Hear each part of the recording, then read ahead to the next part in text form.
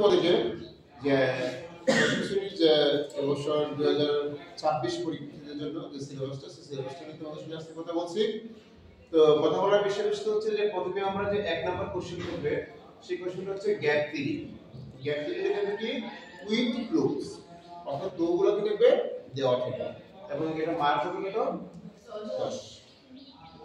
তো ক্লুগুলো আমরা কিভাবে থাকবে সেটা নিয়ে কথা বলছিলাম। তো ক্লুগুলো তোমার উপরে যে বক্স থাকবে সেই বক্সে 10টা ওয়ার্ড দেওয়া থাকবে।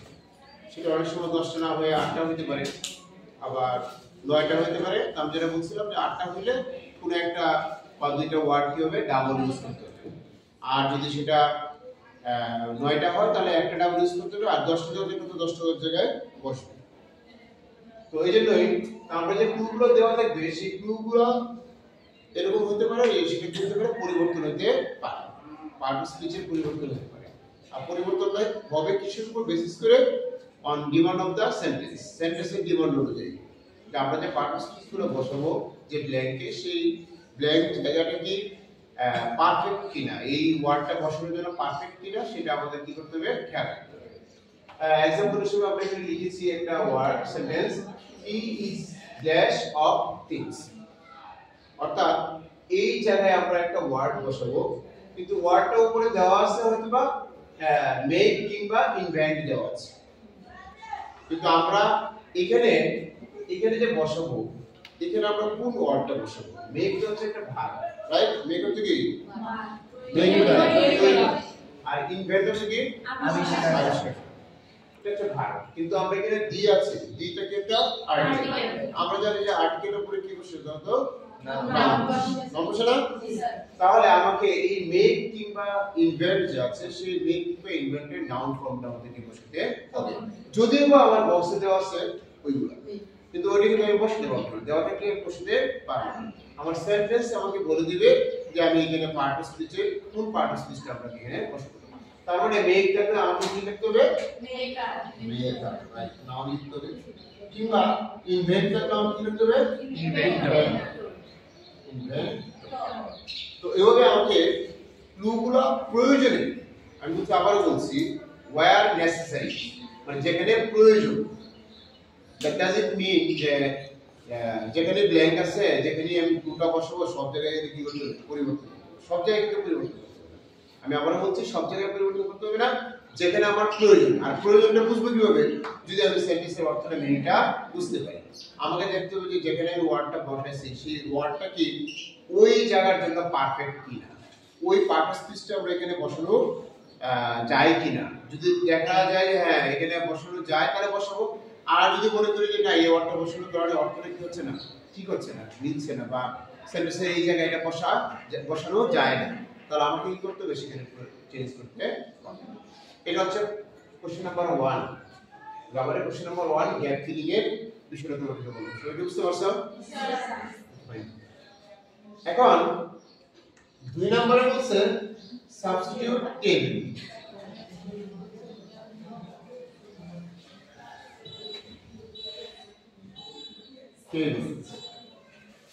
যেটা বারটা হচ্ছে যে 5 সাবস্টিটিউট টেবিল, অর্থাৎ একটা টেবিল দেওয়া হবে। কি দেওয়া হবে? টেবিল।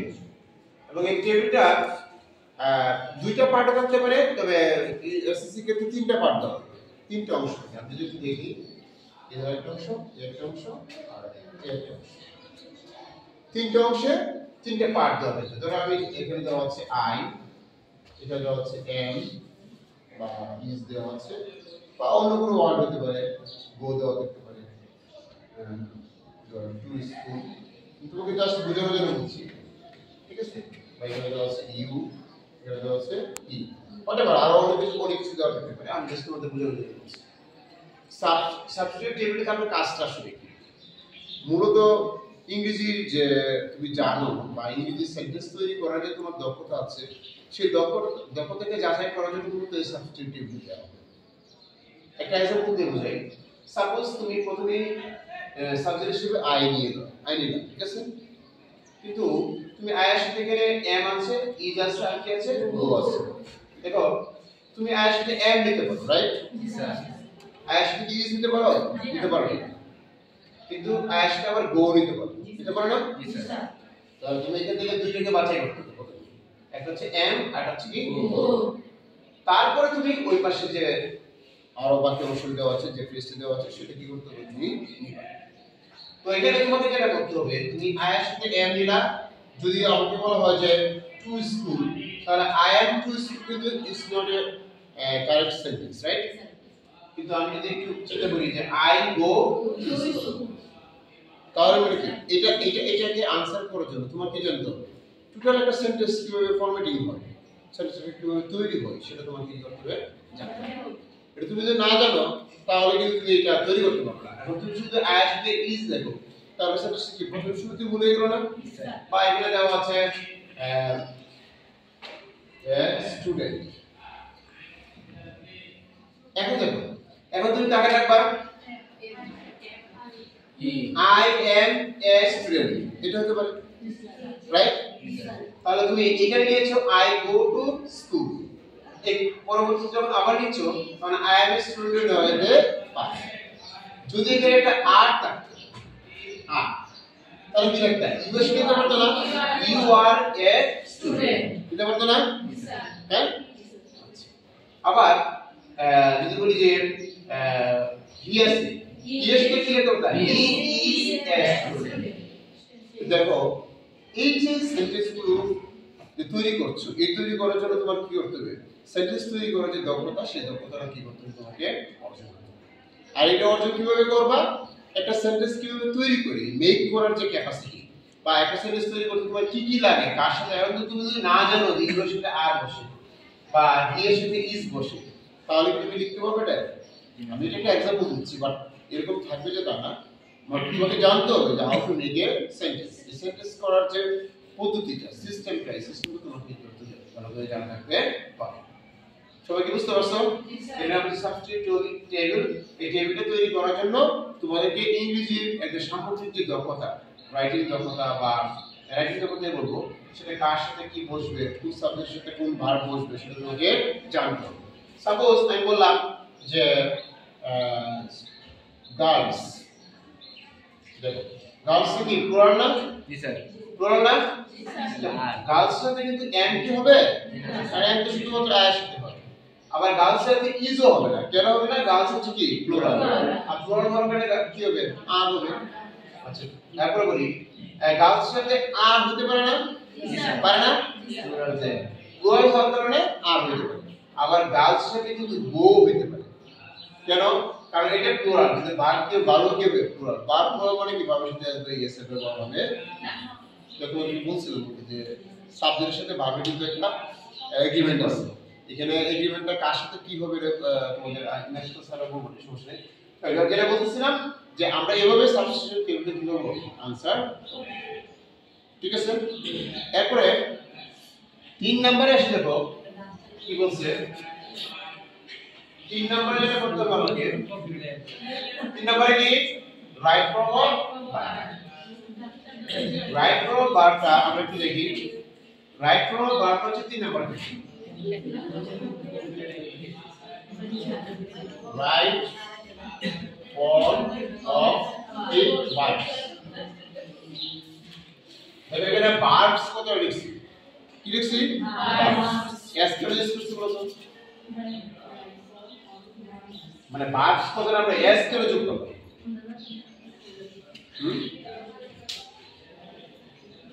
এস কখন যোগ করি? S by S plural. বলতে তো মানে কিছু না, বললে আমার যে ফাঁসি যেটা জানো সেটা বলবা। আমরা এস টা কেন যোগ করি? প্লুরাল। এখন মানে ভিডিও হচ্ছে বলে বলে দিচ্ছে যে স্যার আমাকে বললাম আমরা যদি ভুল হয়ে যায়, আমরা ভুল হবে দেখে তো করতে আসছি নাকি?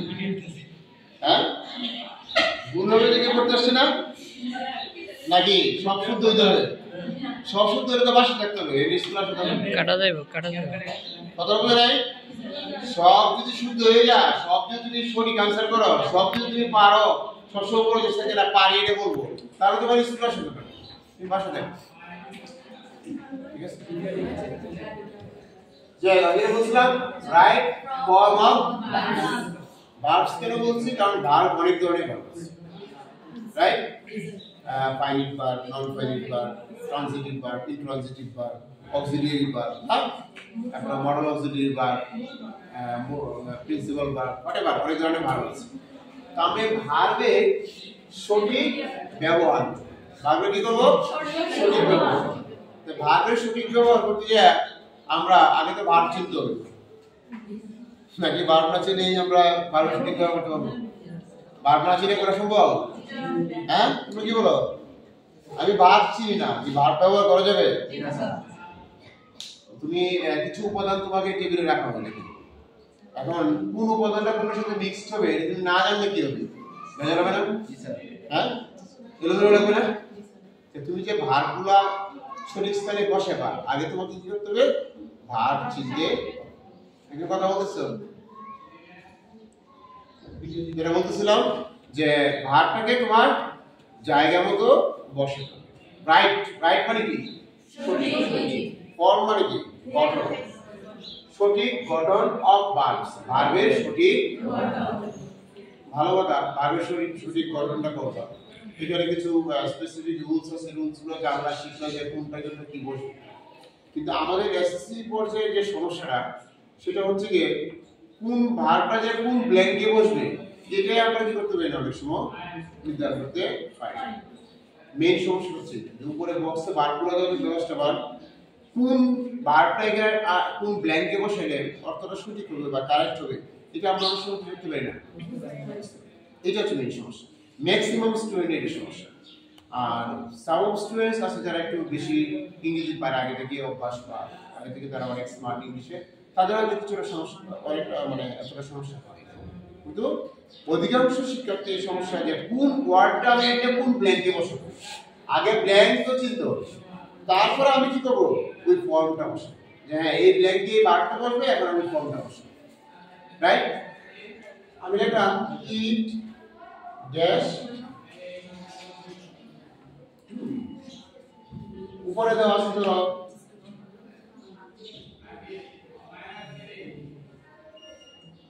সে দেওয়া আছে, আবার দেওয়া আছে কি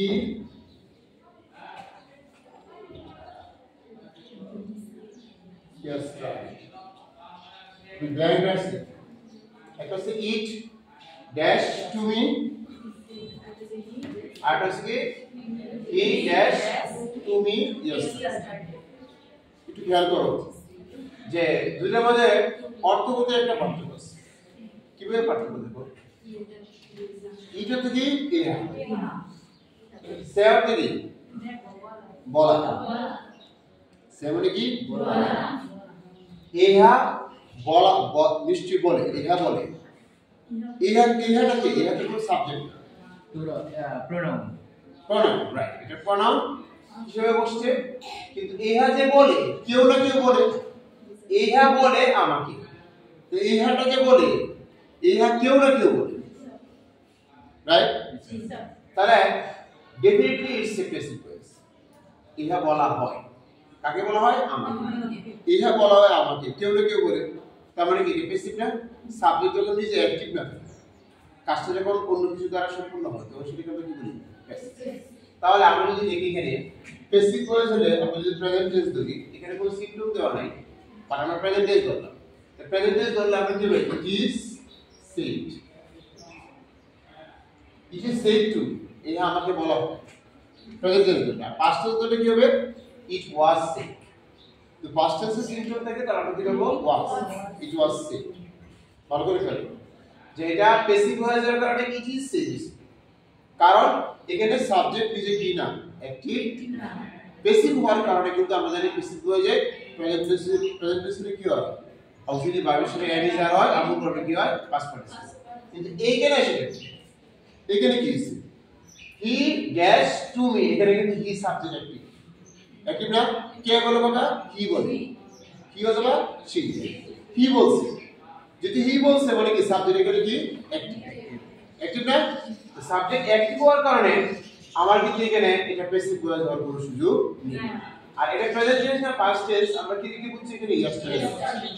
তাহলে আমরা এখানে ডেফিনিট নিশ্চিত করতে পারি এটা পাস্ট টেন্স মানে কি ভার্বের past form he said to তাহলে এখানে এসে প্যাসিভ ভয়েস এখানে এসে কি অ্যাক্টিভ ভয়েস কেন হইছে কারণ সেন্টেন্সের ডিমান্ড অনুযায়ী সেন্টেন্স তোমাকে বোঝাচ্ছে যে ইহা বলা হয় মানে কি কেউ না কেউ বলে রাইট আর এখানে বলছে ইহা না সে বলে ডিরেক্টলি এখানে সাবজেক্ট কি অ্যাক্টিভ হওয়ার কারণে সে বলে সুতরাং এটা একটা অ্যাক্টিভ ভয়েস অ্যাক্টিভ ভয়েস কি করবে অ্যাক্টিভ ভয়েসের নিয়ম যে টেন্সের যে রুলস গুলো আছে সেগুলো অ্যাপ্লাই করতে হবে অর্থাৎ পাস্ট টেন্স হওয়ার কারণে সাবজেক্টের পর আমরা জানি past tense yesterday past tense হওয়ার কারণে সাবজেক্টের পরে বাকি কি হবে past form sir past form সে এখানে হচ্ছে ইজ সেড আনসার এখানে হচ্ছে কি সে আনসার দুটো আলাদা পার্থক্য বুঝতে পারছো কেন ইজ সেড আর কেন সেড এটা এজন্য বলছি যে আমরা যে রাইট ফর্ম বারগুলো করি 10টা মডেল এটা 10 না রাইট ফর্ম বারগুলো দাও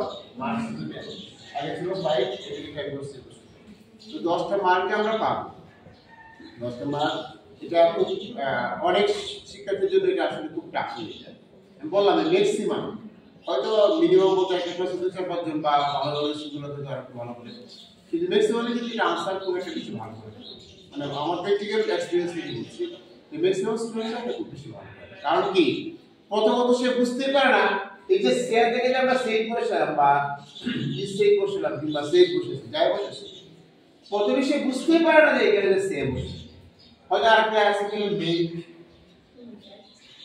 আর দেওয়া আছে লিড কিংবা আর দেওয়া আছে টেল সে জানে না যে আমি এখানে সে বসাবো মেক বসাবো লিড বসাবো না টেল বসাবো কেন জানে না বিকজ সে বাংলা অর্থনীতি করতে পারে কি বলে বুঝতে পারে যার ফলে কোন ওয়ার্ডটা বসেলে সেন্টেন্সের মিনিংটা পারফেক্ট হবে সেই পারফেকশনটা কি করতে পারে না সে বুঝতে পারে না আমি তো আগে এনে বসাবো যে আমি হ্যাঁ সে বসাবো তারপরে আমি চিন্তা করবো ফর্মের কথা এই যেটা বললাম রাইট ফর্ম বা এই চিন্তা করলাম এর বেসিক হয়ে যাওয়ার কারণে ইজ সেট বসেছে এটা পাস্ট টেন্স হওয়ার কারণে আমরা সেট বসেছি কিন্তু আমাকে তো যদি আমি এটা শুরু করে না বসে না এখানে যদি মেক বসে দিই তো সেন্টেন্স কি কারেক্ট হবে এখানে আমাদের সবচেয়ে বড় রুলস যত শিখি যত জানি না কেন আমরা যদি সেন্টেন্সের ওয়ার্ডটা যদি সঠিক জায়গায় না বসাতে পারি তাহলে আলটিমেটলি কি হচ্ছে আমার যতই আমরা রুলস অ্যাপ্লাই করে এই টেন্সের ফর্ম ঠিক রেখে আমরা বসালে কেন ভুল হচ্ছে না কারণ আমার আনাটাই কি হয়েছে ভুল কারণ অন্য একটা ভার বানানোর কারণে আমার কি হয়ে গেছে সেন্টেন্সের মিনিংটাই চেঞ্জ হয়ে গেছে তাই আমরা যখন সেন্টেন্স তৈরি করি বা সেন্টেন্স লিখি আমরা কোনটা মানে একটা সেন্টেন্সের বৈশিষ্ট্য কি যে তার মিনিংফুল যাবে it could be meaningful এটা মিনিংফুল হতে হবে মিনিংফুল যদি না হয় তাহলে সেন্টেন্স বলা যাবে কি তাহলে আমাদের রাইট ফর্ম ভার্বের আমি সমস্যাগুলো মধ্যে নিয়ে বলছি যে কি কি প্রবলেম ফেস করছে ওই রাইট ফর্ম ভার্বের প্রবলেম হচ্ছে যে আমরা যে ওই ভার্বগুলো উপরে যে দেওয়া আছে সেই ভার্বটা আগে কোনটা হবে এটাই জানি না তারপরে তো ফর্মেশনের বিষয় এটা একটু মাথায় রাখবা এজন্য কি করতে হবে আমাদের বেশি বেশি করে কি করতে হবে বেশি বেশি করে ইংরেজি রিডিং করতে হবে ভোকাবুলারি স্ট্রং হয়ে যাবে তখন তুমি নিজেই বুঝবা যে এখানে আমার সেট বসাবো না মেক বসাবো না লিড বসাবো না টেল বসাবো অর্থাৎ এটা তোমাকে অনুধাবন করতে হবে আমি বললাম আই অ্যাচিভ মানে কি অ্যাচিভ মানে কি এইচ ই অটো আর আমি বললাম আই হেট তাহলে আই অ্যাচিভ মানে আমি অর্জন করি আই হেট মানে আমি ঘৃণা করি এখন এই মিনিংটা যদি আমি না বুঝি তাহলে এখানে আই হ্যাভ অ্যাচিভড হবে না আই অ্যাচিভড হবে না আই অ্যাম অ্যাচিভিং হবে এটা তো পরের বিষয় আর এখানে আমি অর্জন করি বা আমি অর্জন করেছি সার্টিফিকেট বা ডিগ্রি সার্টিফিকেট তাহলে আমি যদি এখানে আই হেট লিখি তার অর্থটা কি দাঁড়াচ্ছে আমি ডিগ্রি সার্টিফিকেট ঘৃণা করি কথাটা বুঝে নেই যাই হোক তাহলে আমরা আজকে তিনটে জিনিস জানলাম এক নম্বর হচ্ছে গিয়ে cloze test with clue filling the ব্ল্যাঙ্কগুলো করবো যেটা ক্লু দিয়ে যেখানে পার্টিসিপেটের ব্যবহার থাকবে দুই নম্বরে বললাম সাবস্টিটিউট টেবিল যেখানে তোমার সেন্টেন্স তৈরি করো দক্ষতা তৈরি করতে হবে আর তিন নম্বরে যেটা কি রাইট ফর্ম যেখানে তোমার মিনিংটা বুঝে আগে শব্দগুলো বসাতে হবে এবং ভার্বের সঠিক ফর্মটা কি করতে হবে এখানে বসাতে হবে ধন্যবাদ সবাইকে ভালো থাকবেন